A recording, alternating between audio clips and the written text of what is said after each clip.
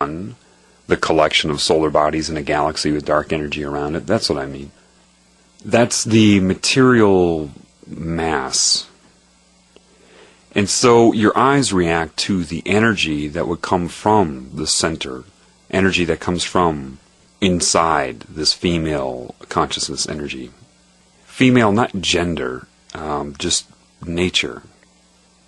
So you pick up some sand, and your hand would be metaphorically the dark energy that interacts with that sand. You can't pick up more sand than your hand can hold. So say you have a very complex amount of frequencies in this dark energy around Earth.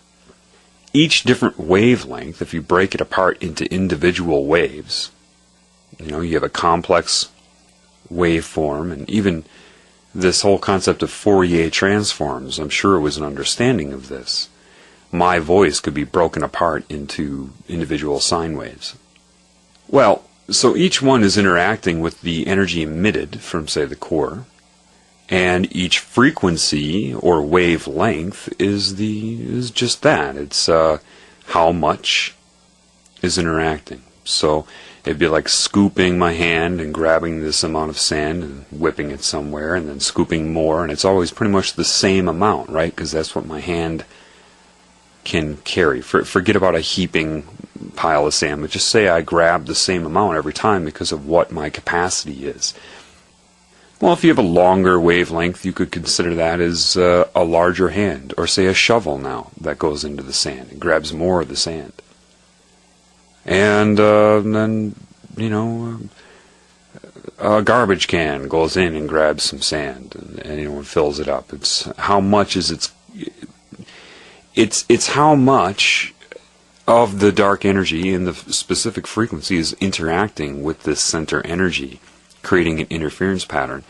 This is where atoms come from. Well, gee, why would we have a huge, heavy atom, and why would we have smaller atoms? And then the atoms themselves are complex waveforms making that up. So when you're dealing with all of the parts of the interaction, then you would be dealing with frequency and amplitude, or the wavelength and amplitude. So now you can start to consider things like, is the sand in my hand heaping or not? For example, the color red is the color red. How intense that color is depends upon the amplitude. Are you picking up a heaping scoop or not?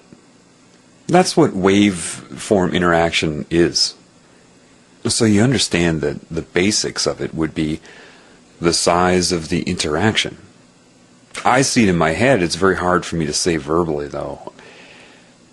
You have a complex waveform interacting with another complex waveform, and infinite complex waveforms interacting.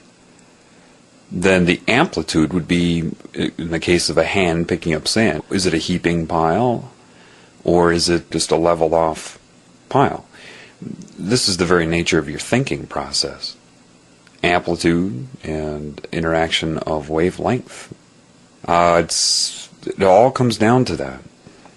You start to understand this energy is in frequency. Now, so is the energy in the proton nucleus. So is the energy in the sun. The sun has very basic components in it, or wavelengths. Ultimately, what I'm telling you is, if it's coming in pulse and everything is an interference pattern, and so on a different level it's an interference pattern which is making up the atoms that are burning in the sun, then it has to have a frequency, and the frequency is the interaction of the two energies. Therefore, the components of the sun, like everything, are in frequency. And what that frequency means in that case is frequency of existence, meaning the sun is there, and then it's not, and then it's there, and then it's not, and then it's there, and then it's not. It depends upon the specific atoms, so there's always parts that are there when others aren't, and such.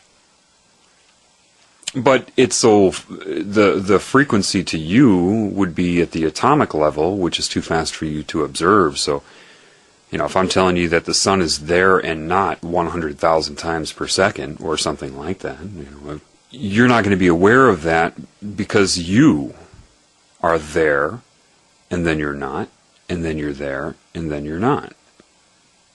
But why wouldn't you notice that? Because every component you're locked into as the floating finger is built upon that groundwork. If I took a wall and was able to vibrate that wall, say in your home, back and forth, 1 foot back, 1 foot forth, 1 foot back, so the distance of movement, and did that fast enough, you could just go lean up against that wall and you wouldn't even know it was moving. The wall would appear to be 1 foot thicker than it is. You wouldn't know. If I start to vibrate it to the point where you get to the threshold of your very vibration as a person, then you can't assess that. So this is where did I learn this? Again, you need to understand. Did I read this somewhere? No. Did I watch a lecture? No. Was it a professor or teacher that told me? No. Did I find it anywhere from information in this realm? No. Sitting in the backyard in the summertime underneath a tree. You see, the problem with religion is you all equate that with God somehow. And it works well on intelligent people, which are what they want to get rid of, because they see the people that are brainwashed by religion and equate that to God and think, well, gosh, if these are the people that believe in God, I can't believe in God. Because they don't think I ask them to explain it to me and they can't give me an answer, and then they abandon the whole thing altogether. The creator of the universe is anything but stupid. It is everything there is. And you cannot connect to the creator via religion. It's impossible. So I asked a simple question. I said, okay, well, explain light to me then. Scientists say that light is either particle or waves, depending on how you look at it. It put into my mind, making me understand, okay, look at the sun. Now you know, as it's dealing with me, not in words, you can't understand the communication until you understand the command of love. The sun, make it very basic for you, okay? Let's get rid of the complex waveforms and multiple waveforms. Let's just say the sun itself is there, and then it's not, and then it's there, and then it's not, so many times per second. Well, what that means then is it's when it's emitting light, that is also in pulse. Because the components that make it up are there and not, and there and not.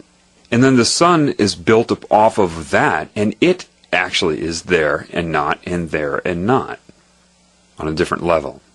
So, the energy emitted from the interaction of atomic forces, when it leaves, takes the most efficient uses of space, which would be a sphere, and it spurts out based upon the buildup, okay, light emittance, and then emittance, and then a refractory, and then buildup of energy, and emittance, refractory, buildup of energy, emittance. So imagine like the spraying of bullets, not to put that image in your head, but I mean, that's just a bunch of raindrops coming down and a stream of, you can call them photons, whatever they've wanted, whatever label they've wanted to put on them. And there are other components too. So that would be particle, right? But how does that take a wavelength? And how many different carrier wavelengths are there? Well, they know it's a stream, which is a frequency, the number of photons. You learn that with the eyes. The number of photons hitting the eye